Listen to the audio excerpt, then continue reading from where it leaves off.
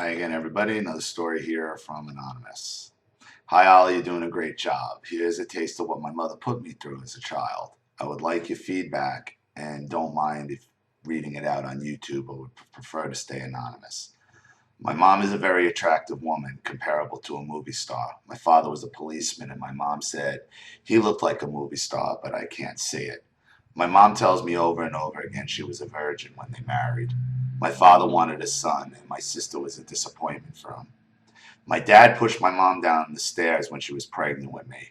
My father had multiple affairs and wanted my mom to wife swap. I am named after the woman he was having an affair with when I was born. Oh my God. Cops are always fucked up, man. Cops are always fucked up. I remember my mom in bed with that woman's I remember my mom in bed with that woman's husband. She says they did not have sex because I started singing happy birthday to me from the cot in the corner of the bedroom. My father registered my birth alone and chose her name as my middle name. My mom tells me I was a mistake and that she remembers the night I was born was the most boring night of her life and that the hotel room needed redecorating. My father worked away and only came home once a fortnight. He would play football every Saturday and watch sports on TV for the rest of the weekend. My mom would not allow my sister and I to play with other children that lived nearby. We were never allowed to go in their houses or have them in our house. We were made to go to bed at 7 p.m. even when other kids were playing outside our house on long summer evenings. My mom liked to entertain and often had dinner parties. My sister and I would have to go to bed early and stay out of the way. My sister got in trouble in junior high school and was bullied by the headmistress. I once got into trouble and the head wanted to cane me. She needed to get permission for corporal punishment and took me home to ask my mother. She waited for my mom to get home with me in her car until after 6 p.m. She then said, "No wonder you are the way you are," and left. I never heard any more about it. My mom left my dad at Christmas when I was 5 years old, picking up after a call from his affair. We were having lunch at a friend's house that day, and my mom had popped home to get something when Dad's mistress phoned. It ruined Christmas for everyone there, and I haven't felt good about Christmas since. My mom worked full time from my first day at school. My sister is 18 months older than me. We had to walk to school and back, and Mom would not get home till 6:30 p.m. We were latchkey kids from then on. My mother says she had a neighbor keeping an eye on us, but she lived behind our back garden, and there was a 6-foot tall boundary between us. Luckily, we lived in a small remote village in one of the first houses to be built on the estate. My sister would control me with violence and fear, often locking me in the cupboard, which you could only open from the outside. During the summer holidays, my mom would palm us off on her sister, who was headmistress for a few weeks while she was on luxury foreign holidays. We would play educational games and were able to play with the children that lived nearby. It was heavenly. My sister and I went to a different junior school for a while. I was named a mathematical genius and excelled in English too. I was reading music, great at gymnastics, and I was about to have violin lessons, but then we had to move house. My mother moved us out of the family house so it could be put up for sale as a vacant property. She moved my sister and I to a one-bedroom flat. We had to share a bed with her, and she slept naked. We were still latchkey kids, but now we were in the middle of a tourist town, miles away from anyone we knew. While our house was just while our house just sat there empty. At weekends during the summer holidays, she would take us to see her boyfriend. She would give us money to go to the cinema, roller skate, or play in the arcades while they spent time together alone. We were totally unsupervised in a busy holiday town. My mom ended up selling her part of the house to my dad, who then moved another woman. and her child into our old home. So we went to see my dad every fortnight when we would have to deal with her and her daughter, who was around my sister's age. Dad still had his routine of football and TV and spent no time with us. My sister hated the girl and her mother and refused to go for a while. Mom bought a house in the middle of nowhere, a mile up a country road, with her new bloke, so we moved to another town and new schools. My sister and I were supposed to go to a private school, and my father had to pay child maintenance, which was fought for in court and settled, taking the school fees into consideration. And we had always been told private school was not where we were going to go.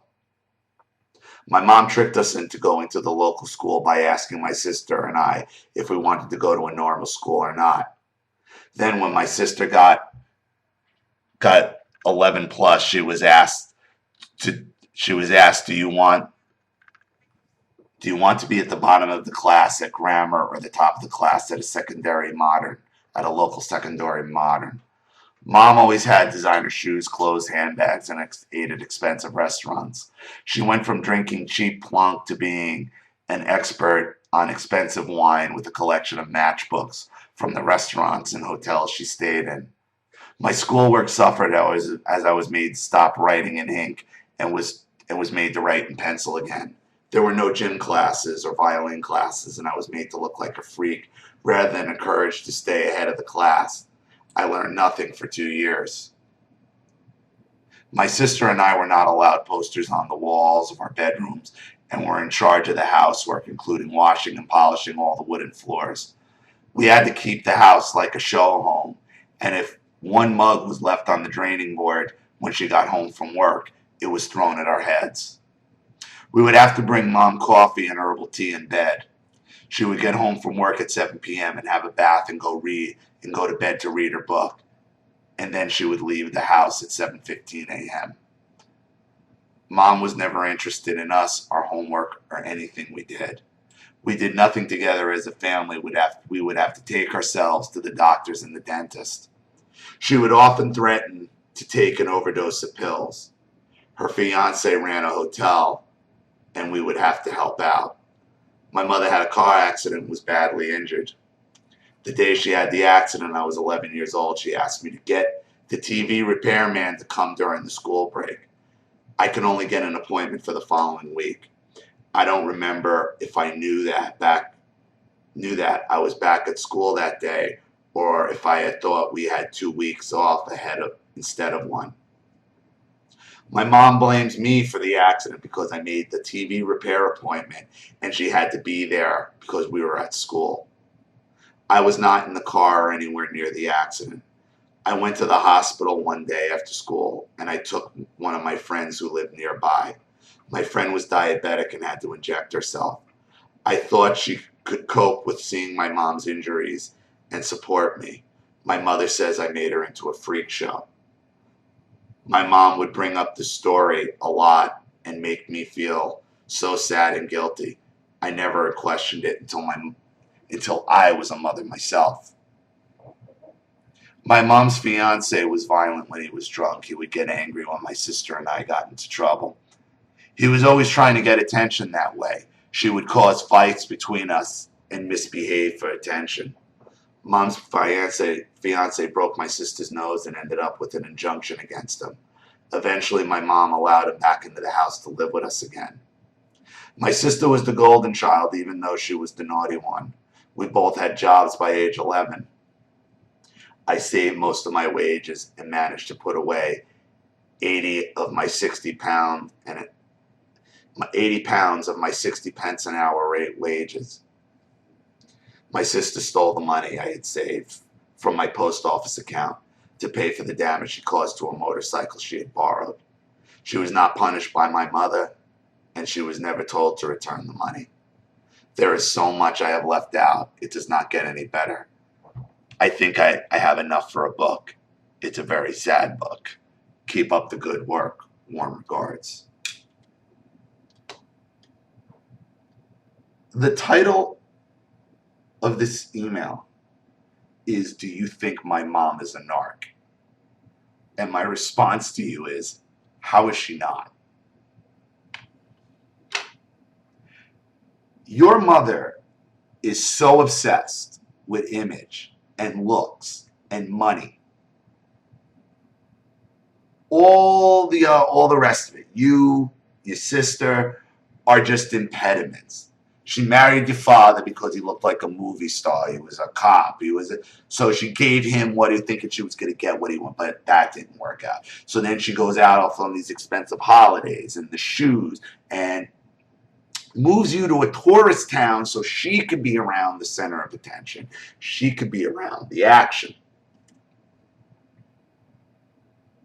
Your mother has put you on the back burner, used you, and you've been nothing but an inconvenience to her your entire life.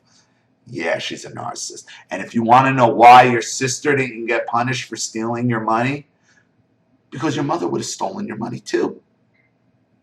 Your mother's whole existence is around getting people's money, getting people to buy things for her, take her places, do things for her. She actually respects what your sister did. Your sister is picking up on your mother's clues, and you're not. To steal, to take the money, that's what your mother's about. That's what your sister's about. Your mother respected that. She don't even see what the problem is because she's so immersed in her narcissism. So yeah, I'm sure you got plenty of stories, and it can go on and on and on. But this woman is clearly a narcissist. Your sister is too far gone. You've been abused, and I hope you've cut them out. Cut them out and keep them out. Because it will never change.